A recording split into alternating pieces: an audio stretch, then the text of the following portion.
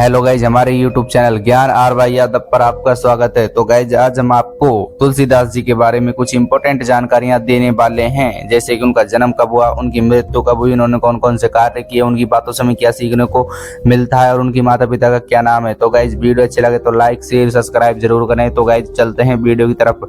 तुलसीदास एक महान भारतीय कवि और दार्शनिक थे। तुलसीदास जी रामचरितमानस के रचयिता, जो अब तक के लिखे गए सबसे महान महाकाव्यों में से एक है। तुलसीदास जी का पूरा नाम गोस्वामी तुलसीदास था। इनका जन्म 1532 ईस्वी में राजापुर जिले बांदा उत्तर प्रदेश भारत के मुगल सम्राट अकबर के शासनकाल में हुआ था। तुलसीदास जन्म से सरयू परणीय ब्राह्मण थे और उनको वाल्मीकि ऋषि, जिन्होंने संस्कृत में रामायण की रचना की थी, का अवतार माना जाता है। तुलसीदास आत्माराम, शुक्ल, दुबे और हुलसी के पुत्र थे और इन्हें बचपन से तुलसीराम के नाम से जाना जाता है। यद्यपि तुलसीदास का बचपन गरीबी और कष्टों में बीता, तुलसीदास भगवान राम के सच्चे अनुयायी थे और सुकुल क्षेत्र में अपने गुरु नरहरि दास से शिक्षा ग्रहण करते थे। तुलसीदास का विवाह बुद्धिमती, जिन्होंने रत्नावली के नाम से जाना जाता है, और इनसे एक पुत्र भी हुआ, जिन्हें तारक पुत्र के नाम से जाना जाता है। तुलसीदास की प्रमुख रचनाएं। तुलसीदास की रचनाएं गोस्वामी तुलसीदास द्वारा लिखित 37 ग्रंथ माने जाते हैं, किंतु प्रमाणिक ग्रंथ 12 ही मान्य हैं, जिनमें से 5 प्रमुख हैं: श्री रामचरितमानस, विनय पत्रिका, कवितावली, गीतावली, दोटावली।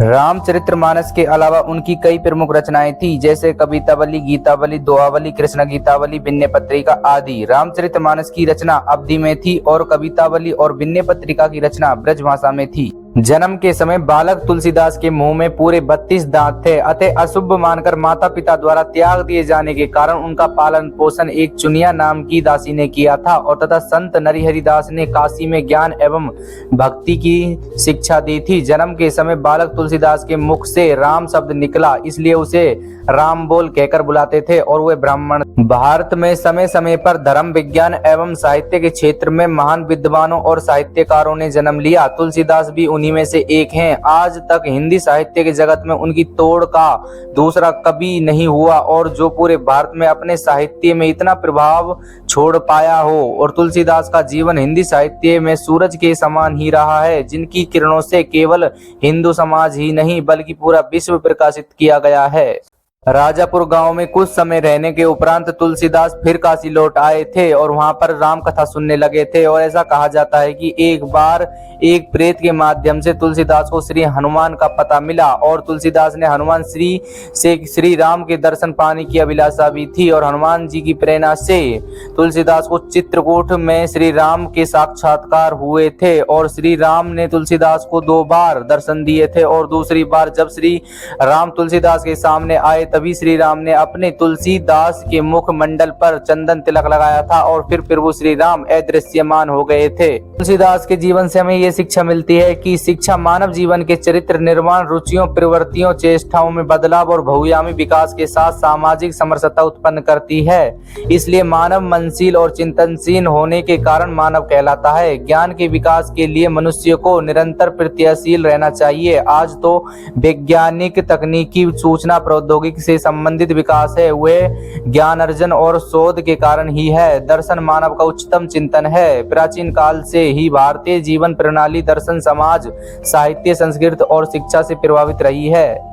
तुलसीदास की भक्ति दास्य भाव यानी सेवक भाव से प्रेरित रही है। उन्होंने अधिकतर अपनी रचनाओं में स्वयं को आराध्य का सेवक दास माना है। उनके आराध्य प्रभु श्री राम रहे हैं।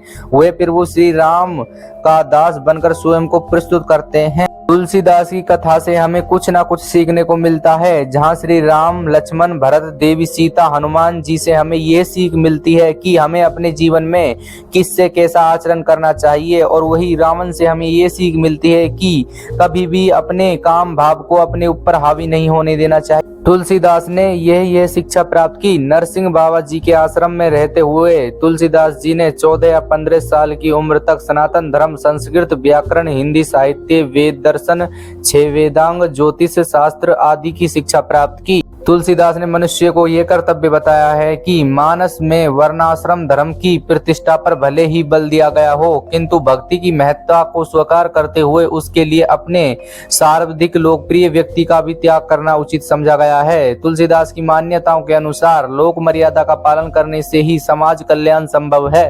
गोस्वामी तुलसीदास ने रामचरितमानस का वर्णन करते हुए कहा है कि रामचरितमानस में राम शब्द 1443 बार है और सीता शब्द 147 बार आया है और इसमें श्लोकों की संख्या 27 है और रामचरितमानस में चौपाई संख्या 4608 है और रामचरितमानस में दोहों की संख्या 1074 है। रामचरितमानस में सोरठा संख्या 107 है। रामचरितमानस में छंदों की संख्या 86 है। मंदिर निर्माण के पश्चात उन्होंने 80 घाट पर समाधि ले ली और वहीं तुलसीदास ने अपने प्राण त्याग दिए। उनकी मृत्यु 1623 ईस्वी में हुई थी और आज 80 घाट को तुलसी घाट के नाम से जाना जाता है। तो गाइस वीडियो अच्छी लगी हो तो लाइक शेयर